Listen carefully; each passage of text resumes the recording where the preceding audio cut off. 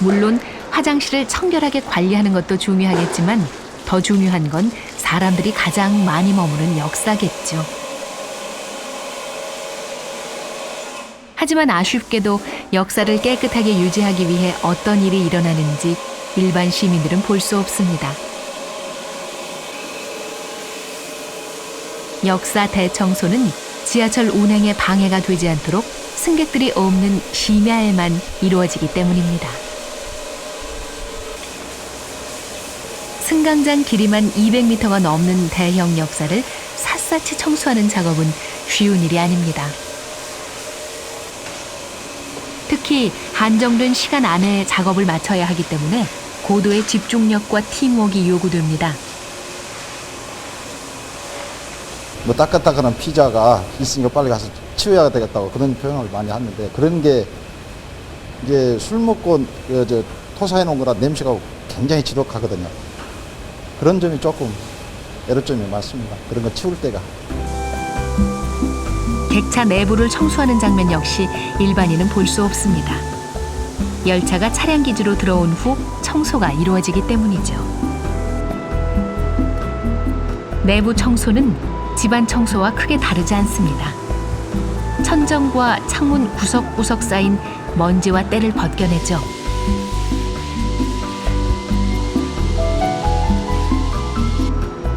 특히 세균이 많이 묻어있는 손잡이는 알코올로 소독합니다. 때가 가장 많은 바닥 청소는 더 세심한 방법이 필요합니다. 박리수제를 바르고 때를 벗기는 기계로 잘 닦은 다음 밀대로 긁어내서 진공 청소기로 때를 빨아들입니다. 예전보다 많이 줄었다지만 껌이나 콜라를 바닥에 버리는 승객들 때문에 바닥 청소에 애를 먹고 있다는 게 청소를 담당하는 분들의 하소연입니다. 바닥 청소의 마지막은 왁스 처리입니다. 왁스로 5번 정도 닦아주면 객차 바닥은 비로소 호텔 바닥처럼 반짝반짝 윤이 나게 됩니다. 지하철을 이용하는 일반 시민들이 불안해하는 것 가운데 하나가 역사 내부 공기의 질입니다. 아무래도 외부 공기보다 나쁠 수밖에 없다는 선입견 때문이죠. 그래서 지하철역에 있는 공조실을 들여다보았습니다. 역사 내부 공기를 책임지고 있는 중요한 곳이면서도 일반인들은 볼 수 없는 곳이기도 하죠. 야외에 설치된 급기구를 통해 들어온 외부 공기는 제일 먼저 데미스타 여과 장치를 거칩니다. 물이 흘러나오는 이 여과 장치는 공기 속의 굵직굵직한 먼지를 깨끗하게 걸러내는 역할을 합니다. 이곳을 통과한 공기는 2차 여과 장치인 판넬형 필터와 3차 여과 장치인 연속 세정형 집진기로 흡입돼 이번에는 미세먼지가 완벽하게 제거됩니다. 이 같은 여과 장치들은 현재 출시된 것 가운데 최고 성능을 자랑합니다. 공기가 마지막으로 통과하는 곳은 UV 광촉매 장치. 20W짜리 UV 램프가 촉매 작용을 해 각종 유해 가스를 제거하는 과정이죠. 이처럼 4단계의 여과 과정을 마친 공기는 냉각기를 거쳐 비로소 대합실로 공급되는데, 이때 공기의 질은 미세먼지 제거는 물론 살균 과정까지 마쳤기 때문에 외부 공기보다 훨씬 양호하게 됩니다. 지하 공기가 바깥 공기보다 무조건 더 나쁠 것이라는 생각은 잘못된 선입견임을 알 수 있죠. 서울 메트로는 지하철 역사 내 공기질 현황을 공기질 자동 측정 장치를 설치해 실시간으로 시민들에게 알리고 있습니다. 외국에 다녀오신 분들은 전부 똑같은 말씀으로 우리나라보다 잘 돼 있는 데가 없다.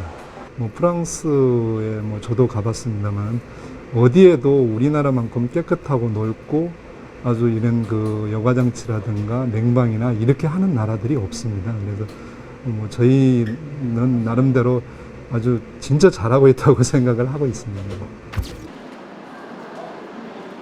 지하철을 시민들에게 친숙한 생활 공간으로 만들려는 노력들은 꾸준히 진화하고 있습니다. 먼저 서울 메트로 모든 역사에서 제공되는 휴대전화 무료 충전 서비스를 알고 계십니까? 약속 시간이 7시인데요. 시간이 좀 붕 떠서 기다리고 있어요. 비도 오면은 비도 피하고 급할 때 핸드폰 충전도 하고 그래서 자주 이용합니다. 바쁜 직장인을 위해 민원 서류 자동 발급기를 비치해 놓은 지하철역도 있습니다. 여기가 훨씬 편하고 빠르고 하긴 뭐 필요도 없고 지문만 대면 되니까. 무인 택배 서비스는 기본. 우체국에 가지 않아도 지하철에서 우편물을 발송할 수도 있습니다. 지하철을 타고 가다가 급하게 모유를 먹여야 할 때 서울 메트로 25개 역에 설치된 수유실을 이용해 보세요. 수유뿐 아니라 빈혈 환자나 여성 노약자들이 잠깐 쉬어갈 수 있는 편의시설도 깔끔하게 갖춰져 있죠.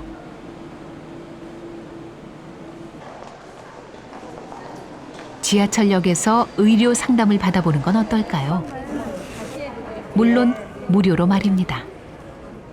아, 너무 감사합니다. 이런 데가 자주 있으면 좋겠어요. 아주 자주 있으면 너무 좋겠어요.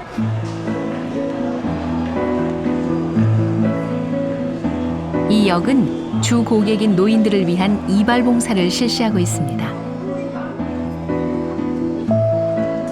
매월 2차례씩 이루어지고 있는데 하루에만 130여 분의 노인들이 혜택을 누리고 있다는군요. 은평 구립도서관 사서인 남윤창 씨는 하루에 2번 도서관 근처 녹번역을 방문합니다. 책을 잔뜩 실은 수레를 끌고 말이죠. 작년 3월 녹번역에 전국 최초로 무인 도서 대출기가 들어섰기 때문입니다.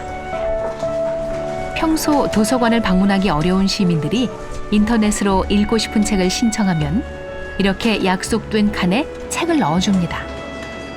그러면 출퇴근길에 책을 찾아가면 되는 거죠. 물론 반납도 마찬가지 방식으로 이루어집니다. 지하철을 타고 내리면서 도서 대출과 반납이 가능한 이른바 찾아가는 도서관 서비스인 셈입니다. 매일 그러니까 예약이 초과되는 경우가 많고요. 또 대출률도 거의 90% 이상 이루어지고 있어서 되게 보람도 느끼고 또 이용자분들이 심지어는 도서관에 은평구에 낸 세금이 아깝지 않다라는 칭찬글도 올려주셔서 너무 보람되게 일하고 있습니다. 이런 생활 밀착형 서비스들은 서울 지하철이기에 가능한 건지도 모릅니다. 외국의 어떤 지하철에서도 찾아볼 수 없는 풍경이기 때문이죠. 외부하고 우리 지하철하고 이제 공간이 별개가 아니고 밖에 있는 게 또 안에 들어오고 또 안에 있는 게 저희 직원도 밖에 나가서 쉽게 말해서 생사코랑 같이 하는 거죠. 저희 직원들하고 같이 그렇게 이제 오픈된 그런 이런 그 좌석이라고 봐야 되겠죠. 예, 공간. 예.